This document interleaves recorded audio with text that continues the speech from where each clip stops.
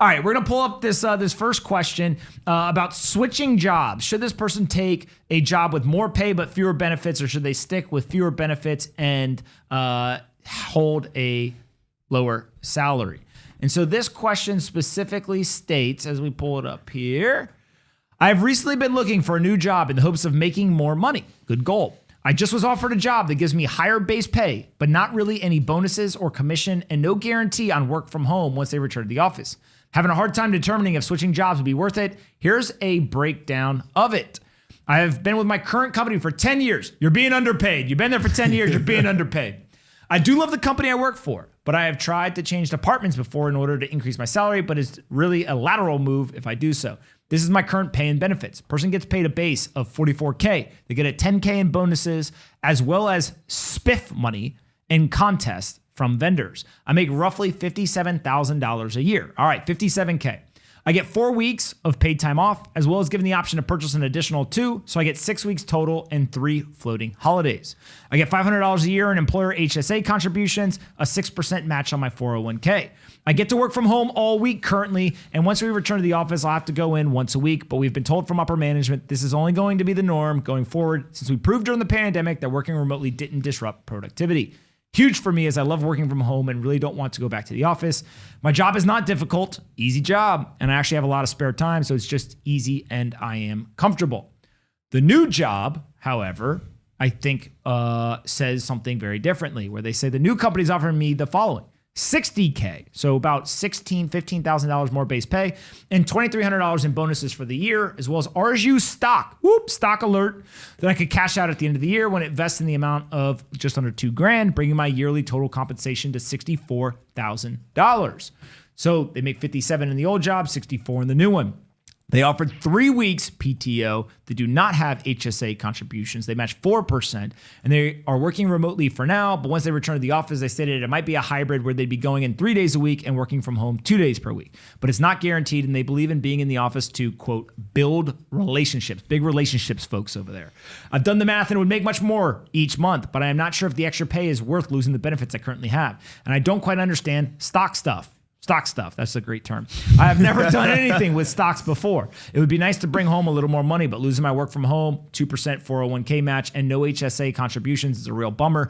Is it worth leaving a company I've been at for 10 years for this offer? My sister says yes, but my boyfriend isn't so sure. Hoping to get some outside perspective on this. Thanks for the help. The classic case. Should I be happy or should I get paid more money? Simply, if you've been working at the same company for 10 years, you're being underpaid.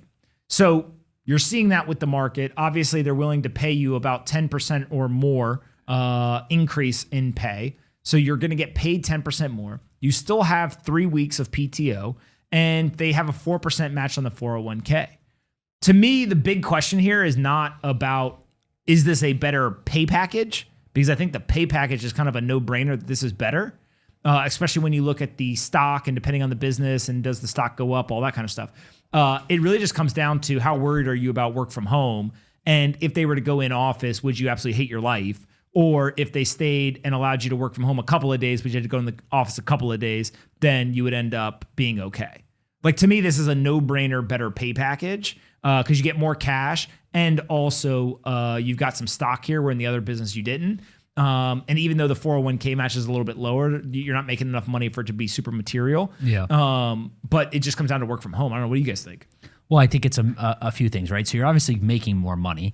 You've been at the old job for 10 years, so you have to ask yourself, hey, look, if I've been here for 10 years and they haven't given me a raise, or if there doesn't look like a promotion is coming, is that ever going to come? So that's certainly, there's some kind of some subjective qualities of it that you have to determine yourself. But then you have to just average the cost of everything else, right? So commuting from home, that may cost someone $50 a month. It may cost them $1,000 a month. It may cost them more, depending on if you need to take a train, if you can drive, if you can do all these things. So these are all things that can be done with math, right? You can just average out how much it's going to cost you to commute from home. Worst case scenario, if you have to go into the office every day. You should look at how much you'll make when you add up all the stock into your salary at the end of each year. You should look at the 2% difference that you're going to make on your 401k. Again, it may not be material, but it's something, so you should budget that out into all the things. And then once you have it down on paper, kind of the exact amount I'll make here, the exact amount I'll make here, budgeting out the difference between working from home and not, then you just make the decision based on the pros and cons of, one, if you're comfortable with the salary increase or decrease, or staying the same. And then 2, if that's a career that you want to stay in or a job you want to stay in, if you're comfortable, if you think that you may get promoted, and if you don't, then maybe you jump on the other one, even if it was the same amount of pay, right? So I think when you're at this salary range right here, it's not necessarily always about the pay, right? And that's easy to say if this person doesn't need the money necessarily every month to break even or save money. But if they do, maybe that's something else to discuss. But in these times, it's usually more about kind of the quality of the job and the position that you're in and the opportunity for upside, right? So there's equity involved. That's significant, depending on if it increases in value or decreases.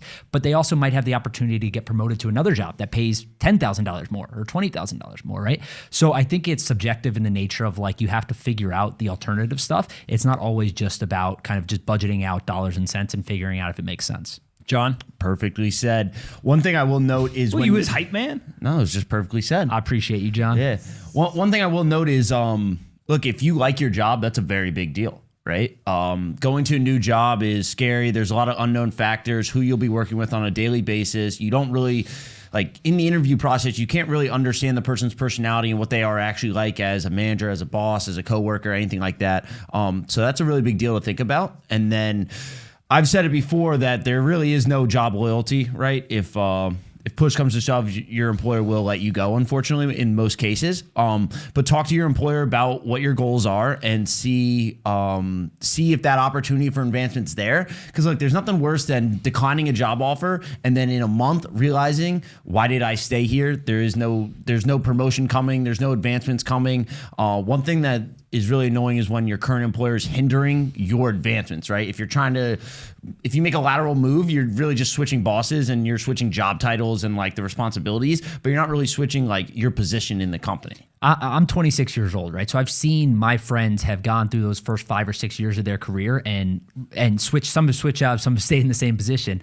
But at the end of the day, the one thing I think it comes down to is like you don't want to switch jobs at that point in your career for a small incremental benefit salary-wise. And what I mean by that is like, say you jump for a $5K bonus or a $10,000 increase in salary, but then in 2 years you get another opportunity, or in another year you get another opportunity. Next thing you know, you're 26, 27, 28, and you've already had 4 to 5 jobs on your resume, and you've only increased your salary by $10,000 or $15,000. So when you make that jump and you take that risk and you say, hey, I'm going to go make this jump and figure out how to get paid more, you want it to be a substantial amount of money to where you're not doing it in 2 more years or another year.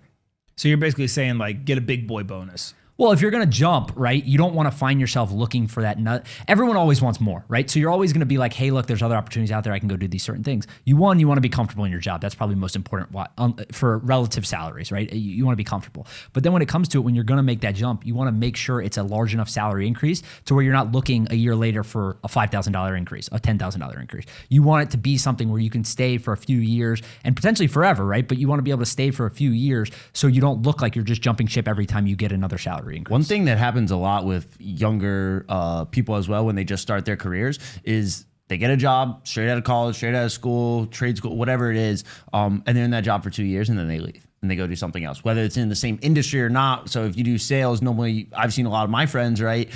After 2 years, they look for a new job. They utilize basically, hey, look, now I have some experience. Can I get paid more? Can I do something more that like I actually like rather than just, hey, it was an entry level job? 2 things that people brought up that I thought were good ideas. One is you could take this new job offer and go to your existing employer and say, hey, I'm going to leave because I got this job offer. Will you match it? So if you like the job and it's just a pay thing, right? And you like to work from home and all that, then you can basically use the new job offer to leverage it into getting a pay raise, but staying in the job that you're at. Well, one thing I would say on that too is like people don't always take into account it costs companies money to fill jobs, right? So if you leave this job for a $3,000 increase in salary and you go to them and say, hey, look, I got an offer to pay $3,000 more, get paid $3,000 more per year. If they know that it costs them $3,500 or $5,000 or whatever it ends up being, especially in this market, to go and fill that job, then they're going to be like, all right, that's a no-brainer, right? Especially if they like you, the quality of your work, and they know that you get along with everyone, that's kind of a no-brainer. But they're not going to match the benefit base, right? Like if you go to an employer and your employer offers, but this one has less benefits. So the new job has less benefits. So they're actually better off on the benefit front staying. And then also it seems like they'll be happier staying. And then if you can just get that pay bump, then you're good to go. I know someone who switched jobs and they left after 2 weeks. They were like, I didn't like the people I worked with. Yeah. It was the exact same. They were doing the exact same work. They got paid more. What savage was that? Well, not 2 weeks. I think it was like a month. But they basically realized they're like, look, I'm not enjoying working with these people every single day. But that's kind of my point, right? Is like when you're talking about numbers, look, $10,000 is a lot of money in certain circumstances, but when you're talking about salary increases for someone at a certain percent, right? That's 5%, 6%, 7%. A lot of it comes down to subjective things, right? If you value your coworkers, if you like where you're working at, if the commute is good, if your boss doesn't give you a hard time, right? So a lot of that stuff can be dealt with or is recommended that you keep it if it's just a smaller salary increase. But if you can get a 10, 15% bump, those things become smaller things on the pros or cons list.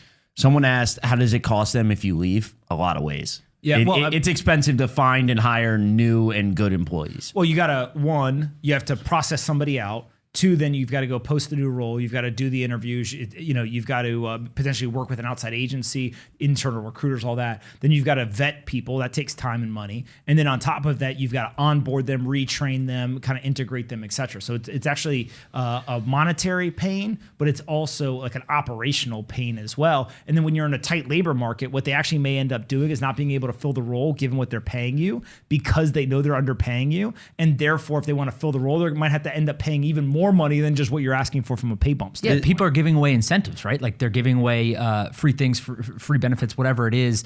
It costs money to train someone, right? Maybe you don't like the person as much as you like the previous person. Maybe the quality of their work isn't as good. Maybe they don't work as hard. Maybe they don't work as many hours, right? So there's a bunch of different things that go into it, and it's extremely nuanced, and we're kind of like just generalizing it. But at the same time, you have to take all those things into account when you go to leave a job. It's not just as simple as, hey, I got paid 5 or 10% more. I'm going to go leave now because they're paying me more. There's just so many more things that go into it, and you have the leverage as a current employee, especially in this market where they're trying to fill jobs and it's tough to do. Hey guys, thanks so much for watching that clip of the Best Business Show. Make sure you like and subscribe to the channel, turn on notifications so you know when we go live every weekday, and then head to SoFi.com/pomp so that you can get an account and we can get after it.